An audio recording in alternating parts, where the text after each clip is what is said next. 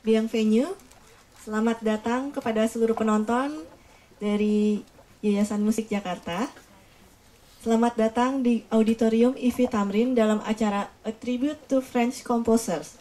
Jadi di dalam konser ini, kami Yayasan Musik Jakarta mengerahkan seluruh bagian-bagian dari kami, dari Sekolah Tinggi Internasional Konservatori Musik Indonesia, dari Sekolah Menengah Kejuruan Musik Yayasan Musik Jakarta, dan juga Sekolah Musik Jakarta, beserta dengan guru-guru dari Sekolah Musik Jakarta. Sebelum konser ini dimulai, ada sedikit yang perlu diperhatikan untuk penonton, untuk kenyamanan kita bersama. Yang pertama, harap tidak mengambil gambar menggunakan flash, karena dapat mengganggu konsentrasi para penampil. Dan yang kedua, harap menjaga ketenangan di dalam lingkungan auditorium, agar kita dapat nyaman dalam menonton konser. Konser ini diprakarsai atau digagas oleh Ibu Dr. Kue Pinyo selaku pendiri dari Yayasan Musik Jakarta. Jadi konser ini mungkin baru yang pertama di Indonesia ya Bu ya. Jadi nanti selanjutnya seperti apa konser ini, seperti apa lagu-lagunya akan dijelaskan lebih jauh oleh Ibu Dr. Kue Pinyo.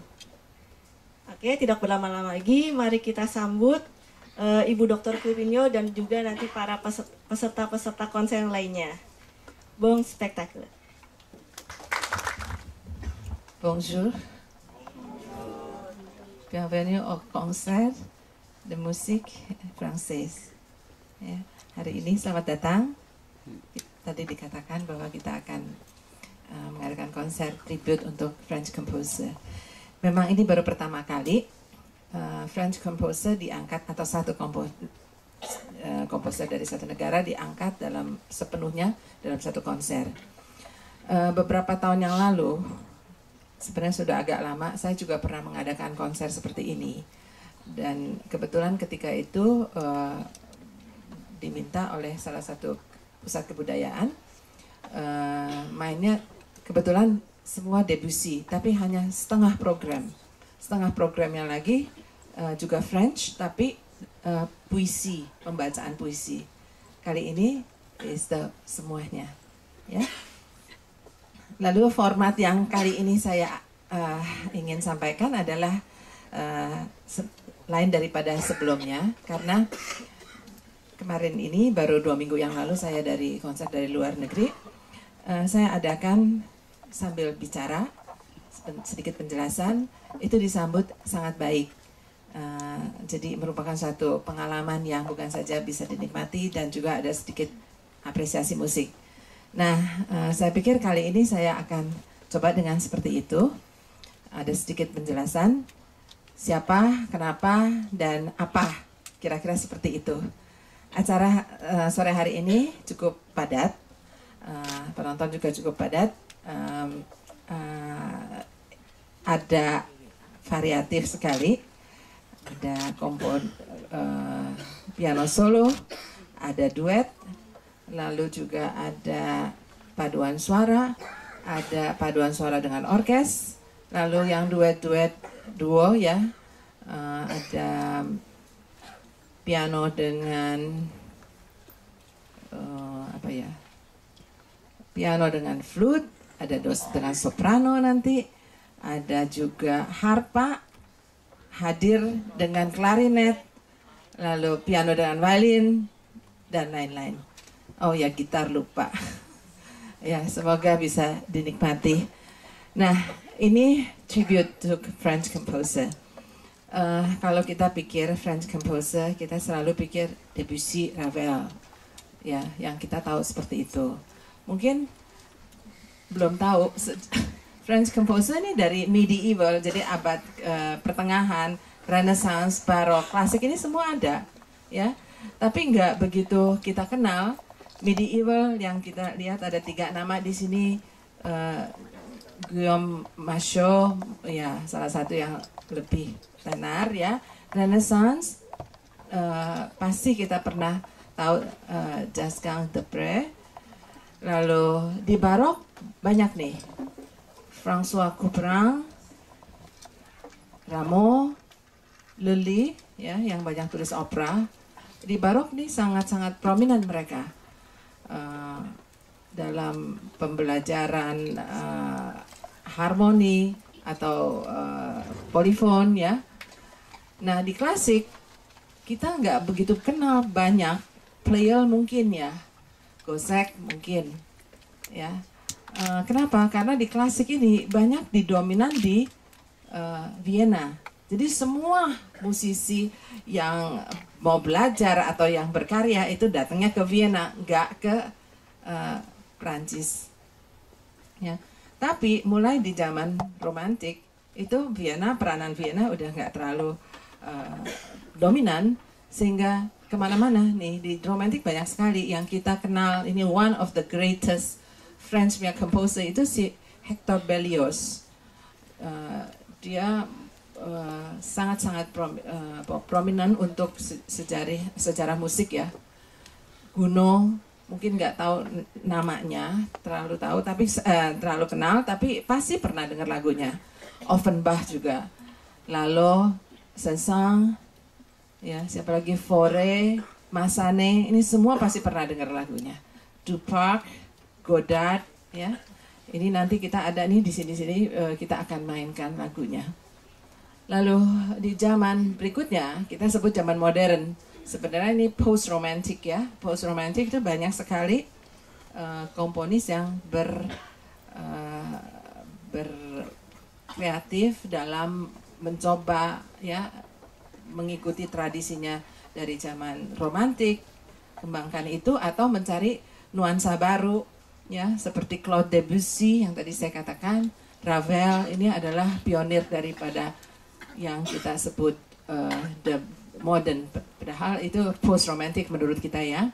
Nah itu ada Erik Satie, Mio, Pierre Boulez. Nah ini ada nama yang Nadia Boulanger nih. Ini mungkin orang sini nggak begitu kenal nih Nadia Boulanger. Nadia Boulanger perempuan ya. Itu adiknya Lily Boulanger. Nadia Boulanger itu komponis, teacher, conductor, perempuan conductor loh. Saya rasa meninggal sekitar tahun 30-an. Ini hampir semua orang yang namanya komponis besar itu belajar di Paris sama dia. Misalnya siapa? Aaron Copland, ya, Pierre Boulez tuh belajar sama dia. Beberapa konduktor juga. Ini Erik Satie juga belajar sama dia. Varese. Jadi semua lewat Nadia Boulanger. Kalau Lily Boulanger lebih ke composer. Dia sendiri composer. Mio tuh, Darius Mio. Itu juga belajar sama Nadia Boulanger. Tokoh besar sekali di Paris. Ya. Debussy, Ravel, kita taunya dia gaya impresionis. Gaya impresionis adalah gaya yang melukiskan sesuatu bukan hanya melukis barang itu, objek itu atau satu barang itu atau keadaan itu, tetapi lebih merupakan suatu impressionnya. Jadi mungkin nuansa-nuansa warna, nuansa-nuansa ketenangan atau angin yang dalam dilukis. Ya, jadi kalau diperhatikan itu apa sih, apa ya itu siapa orangnya. Nah itu nggak bisa. Kalau impresionis bukan begitu cara melihatnya. Nah ini yang dipakai oleh si Debussy dalam menciptakan karya-karya dia. Jadi kita perlu mendengarkan adanya nuansa-nuansa yang menggambarkan suasana, ya, suasana angin lewat, suasana hujan, suasana. Nanti ada karya yang saya akan mainkan, Fedativis, itu fireworks, ya. Nanti saya ceritainnya nanti lagi. Impressionism. Kita yang bilang begitu. Ini sih gambarnya bukan impressionism. Ini sekarang kita juga memang tak kerjanya sangat tergesa-gesa ya. Ini bukan impressionism. Tapi kita tahunya Debussy dan Ravel, sebenarnya Debussy dan Ravel, dua orang itu tuh nggak senang disebutnya impressionism. Mereka sendiri nggak merasa demikian. Ya, mungkin juga terpengaruh pada akhir abad ke-19 adanya pameran internasional di mana Indonesia gamelan kita ke sana. Debussy for the first time itu dengar gamelan, sehingga banyak karya-karya dia tuh ibaratnya gamelan kan alat pukul ya, yang harusnya keras teng-teng gitu ya, tapi kan dimainkan rame-rame jadi sayup-sayup. Nah dia kesan itu yang dia bawa ke piano. Nanti saya akan jelasin sedikit. Ya, ini kata pengantar. Jadi sekarang ada 4 lagu yang awal kita akan mainkan, persembahkan. Satu, yang pertama Bizet. Bizet ini banyak menulis buat opera, tapi komponis-komponis ini juga terpengaruh oleh abad sebelumnya romantik. Schumann ya antara lain, yang sering sekali menulis rangkaian karya. Satu buku tuh bisa karyanya album for the young. Semua yang belajar musik pasti tahu. Schumann yang ada Traumerreise atau Happy Farmer ya. Nah, itu semuanya rangkaian lagu-lagu untuk anak-anak. Somehow orang-orang komponis orang Prancis ini pengantar Prancis senang nulis-nulis seperti itu. Bizet akan dimainkan, menulis satu jeu d'enfant. Jadi permainan anak-anak. Itu ada 23 lagu. Nah, salah satu adalah yang mau dimainkan itu Chevaux Bois. Jadi le Chevaux Bois itu wooden horse. Kuda kayu, ya. Kayu kuda, ada kuda kayu. Whatever deh. Ya, mainan anak-anak. Terus berikutnya ada Poulenc yang piano solo, Novelette. Lalu the third one adalah juga satu rangkaian yang diciptakan, saya juga nggak hafal ya, bentar ya saya lihat dulu.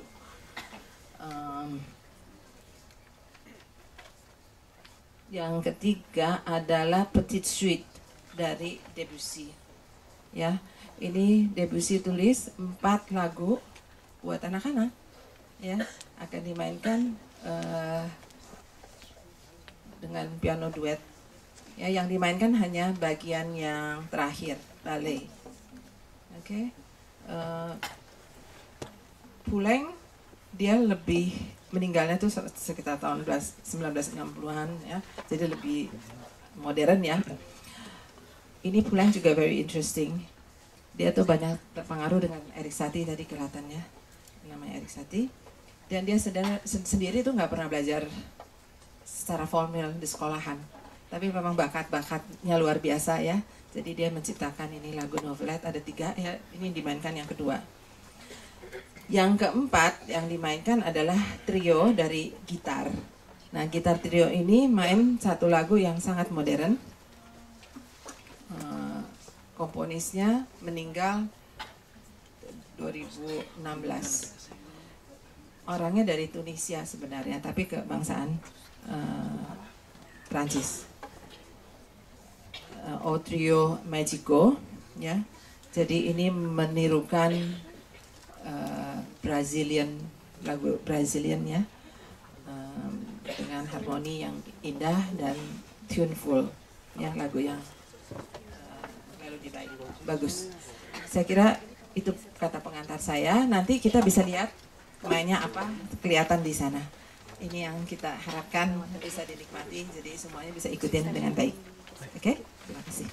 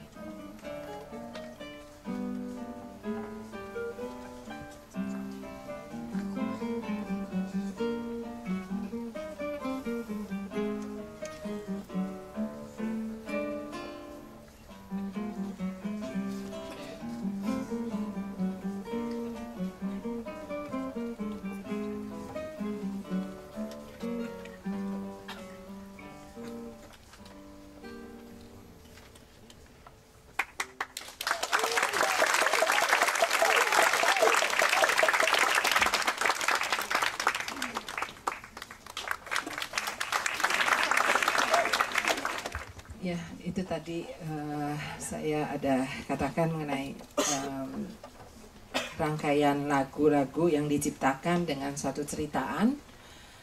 Berikut ini kita akan dengar karangan Ravel, ya, dari Mamer Loire, Mother Goose, ya. Ini ada 5 bagian, ya. Nanti akan dimainkan 4 dan 5. Les Intrigues de la Belle et de la Bête. Ya, jadi pembicaraan antara The Beauty and the Beast, kira-kira seperti itu. Dan satu lagi Fairy Tales, ya. Jadi yang ke-5. Nah, ini suatu komposisi style yang sangat digemari mulai dari zamannya romantik. Jadi komponis menulis dengan suatu ceritaan. Jadi bukan seperti zaman klasik diikat oleh bentuknya seperti ini. Ada bagian, ada tema ke-1, tema kedua, gimana dikembangkan tema. Kalau di zamannya romantik ke sini banyak sekali menulis ada ceritaannya. Nah, ini cerita-cerita begini yang diangkat oleh komponis zaman romantik dan kesini. Ravel paling suka beginian karena dia katanya senang sama anak-anak. Jadi ceritaannya banyak ceritaan anak-anak. Mengapa dia suka sama anak-anak? Ceritanya dia nih sedikit nggak masuk aliran yang biasa diterima sama teman-temannya. Karena Ravel ini kalau saya segini 167 kira-kira, Ravel ini hanya 160. Jadi buat satu pria di Prancis itu cukup kecil. Jadi dia nyarilah some other thing yang buat dia attractive, which is dia pernah nulis beberapa, semua buat anak-anak. Nah, karena ada ceritaan, jadi ceritaan ini berkembang. Dia awalnya selalu mulainya dengan komposisi untuk piano for hand, sering sekali begitu. Dan biasanya buat pendidikan, mengajar anak-anak, ya. Tapi karena ada ceritaan, maka banyak dari komposisi ini sebenarnya ada diorkestrasi. Jadi ada versi orkestranya, orkestra worknya.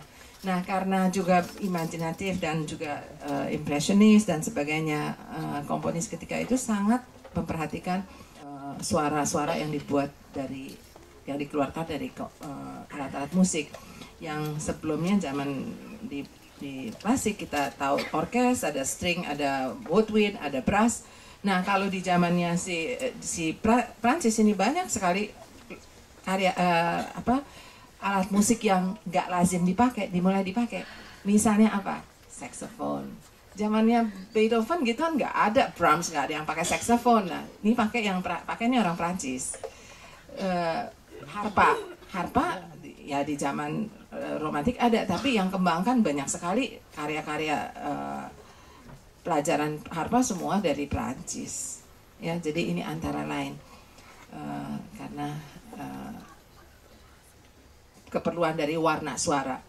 Anyhow, ini ceritaan nomor 4 dan nomor 5. Silakan di Ravel. Oke.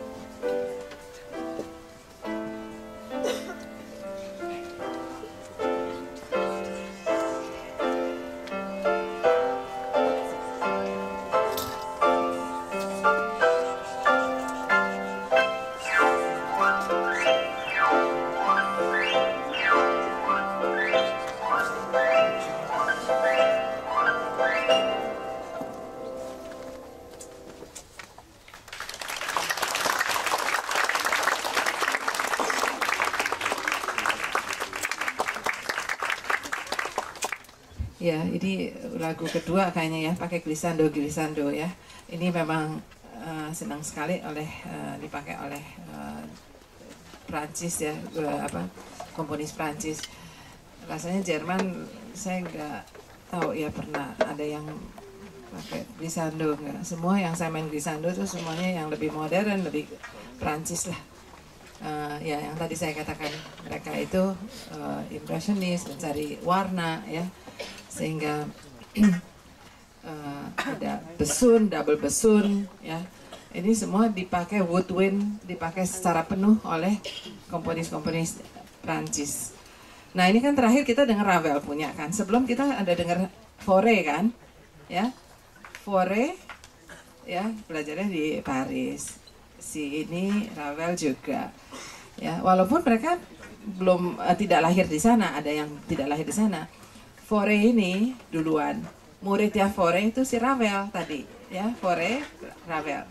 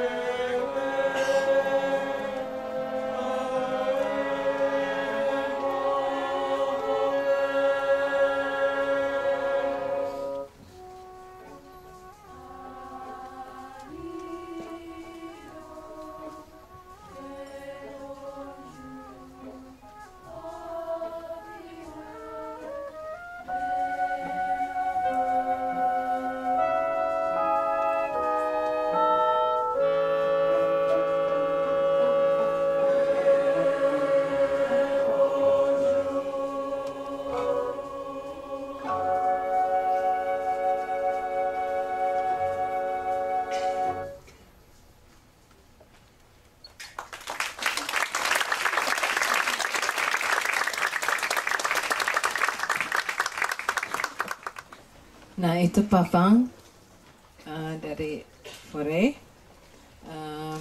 Berikut ini juga kita akan dengarkan karya dari Bizet. Bizet ini tulis, tadi saya sudah katakan, Carmen, yang opera yang paling terkenal. Tapi dia juga ada karya disebutnya L'Arlésienne. Itu juga my favorite pieces ya. Ada dua, 1 dan 2. Laris yang ini dan yang akan dimainkan yang nomor 2, dan itu juga terdiri dari berbagai movement, berbagai bagian. Yang Laris yang kedua ini ada 4 ya atau 5 bagian. Ini yang akan dimainkan minuetnya ya. Nah, ini mungkin ada yang pernah dengar versi lain ya, bisa saja, makanya lagi di zamannya si romantik atau si Prancis ini sering sekali dia menggunakan satu lagu tapi instrumennya beda-beda. Jadi ada yang ini harpa, mungkin pernah dengar sama sama flute ya, atau ini kita mau tampilkan harpa dengan klarinet. Somehow Prancis ini paling senang dengan woodwind. Jadi banyak sekali woodwind. Saya pernah main di sini, main konserto dari Ravel itu dengan orkes penuh ya. Orkes penuh itu sebenarnya mestinya violin, viola, cello, bass. Terus woodwindnya flute, klarinet, flute, oboe, klarinet, bassoon. Brassnya French horn ya, 4 trombon, trumpet, trombon sama juga. Tapi yang saya main Ravel ini dia pakai woodwindnya tuh double semua, maksudnya ada woodwindnya yang selain daripada oboe, ada English hornnya, ada bassoon, tapi ada double bassoon, jadi bagus banget. Dan ini karya yang saya mainkan waktu kali adalah dengan orkes yang sangat penuh, dengan hanya for the left hand, jadi 5 jari untuk orkesnya itu kira-kira 80 orang. Ya, very difficult piece ya. Nah, ini L'Arlésienne suite nomor 2. L'Arlésienne tuh the girl ya, female ya. Ini kan dari Ars, itu dari bagian selatan bagian Provence, region of Provence, south of France. Ya, ini minuetnya. Dan berikutnya dari setelah ini ada paduan suara lagi. Nah, ini lagunya mungkin udah pernah dengar kali ya, dari Anne Sylvester yang masih hidup. Dia penyanyi, gitaris, jadi lagunya rada ngepop ya. Itu judulnya adalah Si la pluie temouille ya. Kalau hujan membasahi, it's only water namanya. Kira-kira begitu kan? Oke, silakan.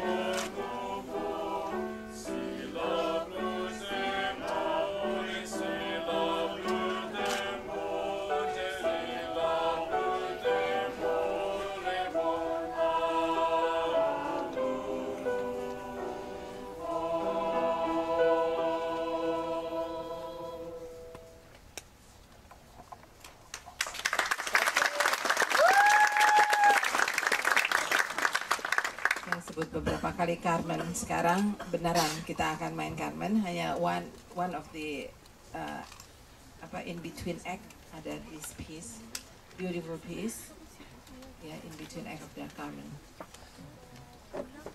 Ini Bizet ya. Saya sambil bicara ya. Bizet ini genius, tapi banyak juga yang lain, Fauré juga. Berikut ada Ravel juga, Chassin. Ini Bizet. Somehow kalau batas usia minimum masuk Paris Conservatoire, saya nggak ngerti program apa ya ini. Itu 10 tahun. Ya ini untuk orang-orang genius, I suppose. Tapi Bizet masuk 10 tahun kurang 2 minggu. Jadi dia paling kecil pernah ever yang diterima.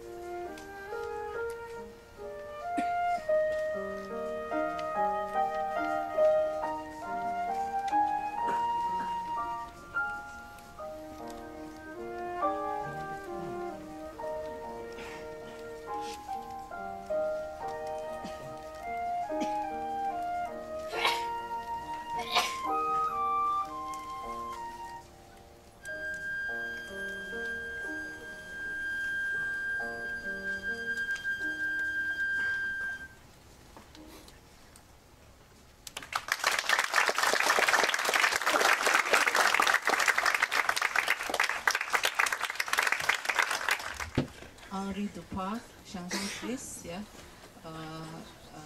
Nanti bisa lihat ini juga yang kita jarang dengar, Dupart, but this is a very famous song untuk yang belajar vokal dengan soprano. Setelah ini kita akan nyanyikan satu lagu, Après un rêve, After a Dream, dan lagu itu Après un rêve kita akan main 2 version. Satu saya dengan soprano atau soprano dengan saya, satu lagi violin dengan piano. The same piece, ya, supaya kita bisa lihat, because it's a short piece, jadi kita bisa lihat bahwa banyak sekali versi-versi yang kombinasi-kombinasi of instruments. I have to get my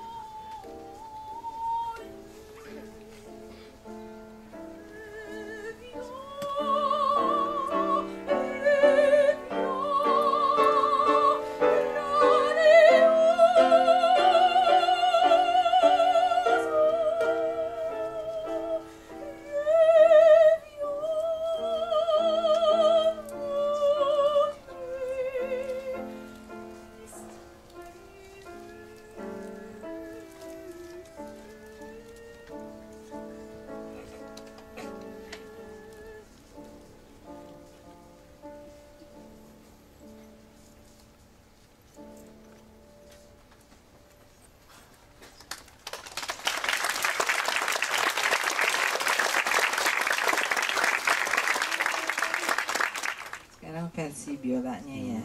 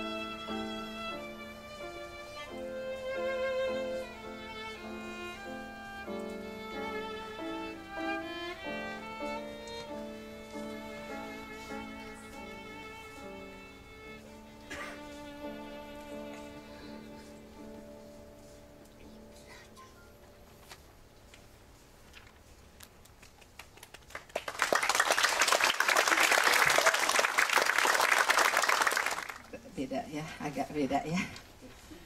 Nah, berikut ini saya nih main solo.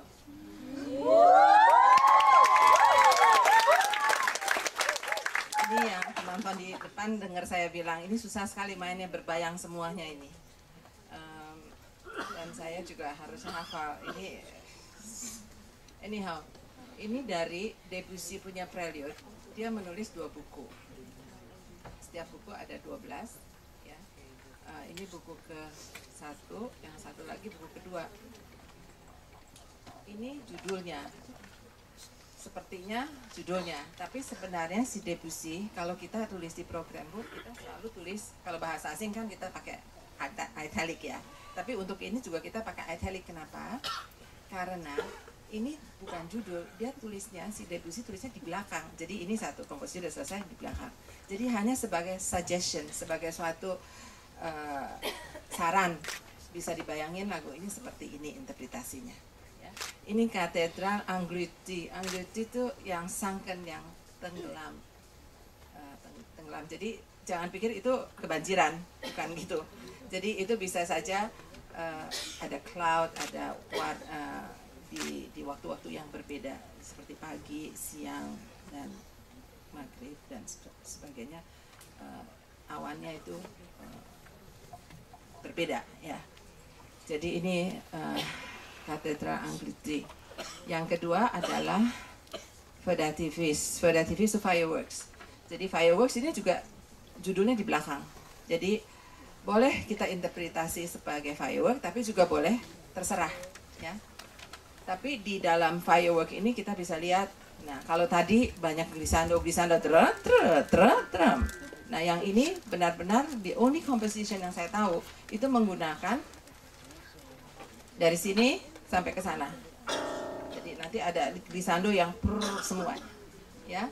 Dan di dalam situ kita bisa lihat, bisa terdengar kalau ada fireworks berarti ada celebration kan? Celebrationnya itu adalah apa? Independence Day-nya siapa? Prancis. Jadi ada Marseillaise ya, begitu kan bacanya? Tuh, Mas. Ini guru Prancis ada di sini. Saya udah dihitungin berapa yang pass atau fail. Ini biasanya fail nih.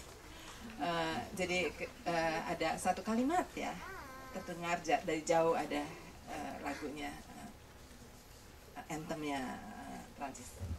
Tapi ini ya, coba ya saya usahakan main ya. Bisa lagi udah nggak mau main nih.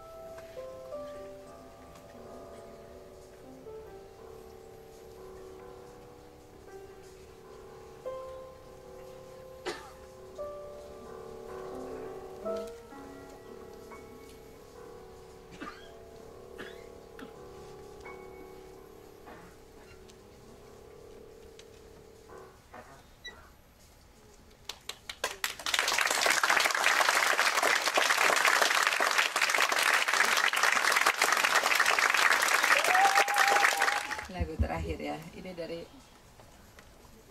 Saint-Saëns, Camille Saint-Saëns. Untuk pianis kita mungkin tahu nggak terlalu banyak ya, konsertonya terkenal. Tapi Saint-Saëns ini dianggap sebagai prodigy. Jadi kalau di Austria ada Mozart, di Prancis yang adanya Saint-Saëns ya. Jadi memang luar biasa ini orang.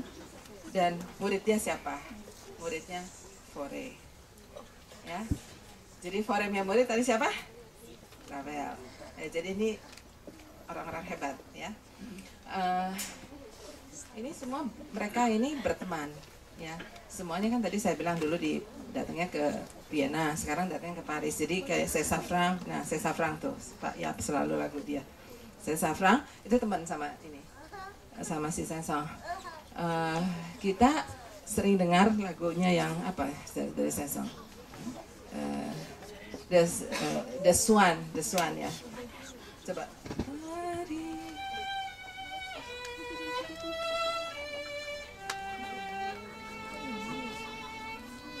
Nah ini lagunya nih ya.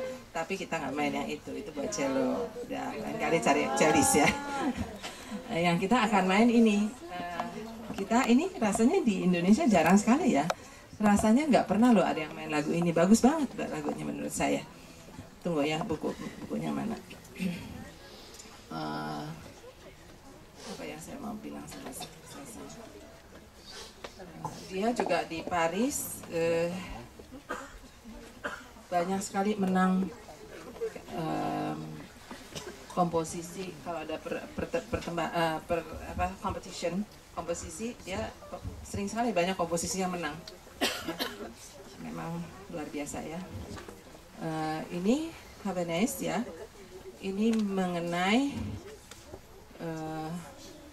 Havana, ini Cuba kan? Wasn't it something like that? Oh no, sorry. Habanera, that's where. Ya, iramanya. Ya ini iramanya ini lagunya Habanera, oke? Opus 83. Biasanya dimainkan dengan orkes. Ini sekarang saya jadi orkesnya. Kalau saya bilang begitu artinya apa? Notnya banyak.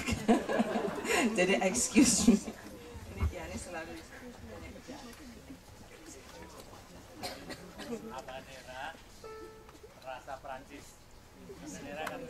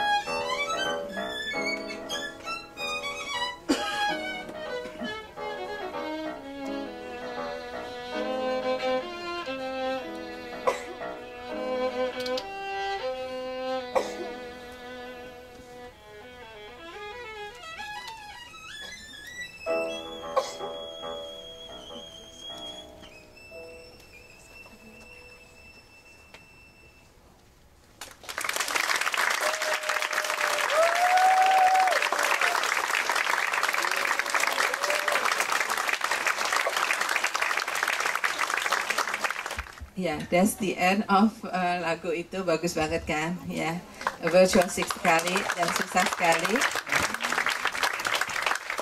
Sebenarnya saya mau Pak Ayaf nih main satu lagi, tapi itu orangnya udah jalan lihat. Coba siapa yang bisa teriakin supaya nggak dia? Main lagi Pak. Main lagi Pak. Ayap.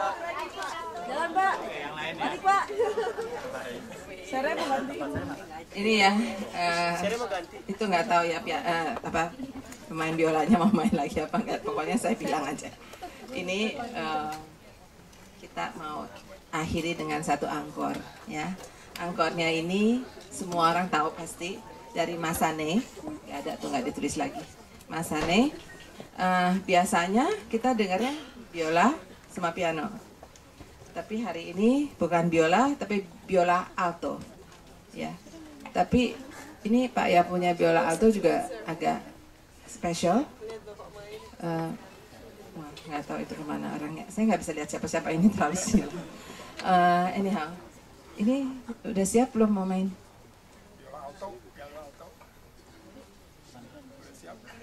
Masih ada. Oh, kirain udah nggak ada. Itu di belakang jangan gadein tuh.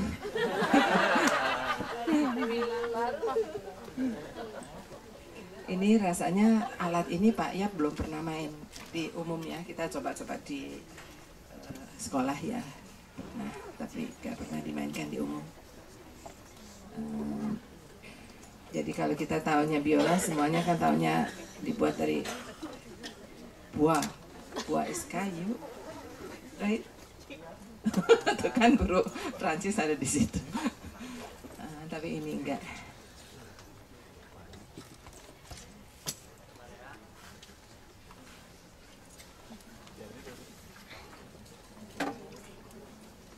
Ya, saya isi ya dengan tadi yang tampil semuanya adalah bergabung dalam Yayasan Musik Jakarta yang punya Sekolah Musik Jakarta, lalu Sekolah Menengah Musik, Kejuruan Musik, lalu juga sekolah tingginya, Sekolah Tinggi Konservatori, STIKMI. Jadi ada beberapa adalah pengajar-pengajar kita. Nggak ada orang lain ya rasanya tadi ya. Yang lain siswa kita. Termasuk mungkin belum pernah lihat pemain klarinet. Nah tuh itu guru. Ini kan semua tahu kan pemain klarinet tadi. Pak Jeremy, lalu pemain harpa, Bu Grace, lalu juga, nah ini sopranonya tadi juga pengajar dari kita, Miss Riu. Dari tadi kita dengar alat-alat musik itu semuanya dari alam kan, kebanyakan dari kayu, dari ya kebanyakan kayu ya. Apa juga dari kayu. Klarinet pun dari kayu, dari kayu eboni. Nah ini alat yang akan saya pakai buatan manusia.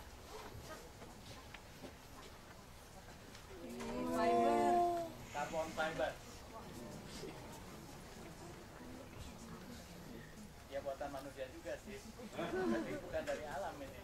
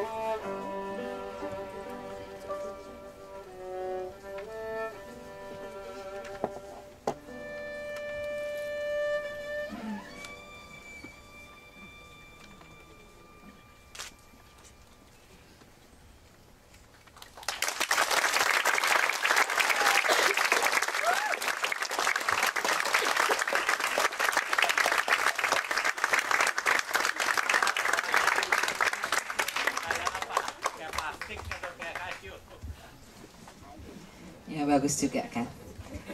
Ya ada iringannya, kalau nggak ada iringannya juga nggak bisa kalau ini main yang alat string ini ya. Apa ya? Oh. Ya, akhir kata saya ingin ucapkan terima kasih atas kesabarannya. I hope you all enjoyed it. Thank you very much. Nah, sampai ketemu lagi di kesempatan yang berikutnya, konser kita berikutnya. Terima kasih. Kepada semua yang partisipasi, kami juga ucapkan terima kasih.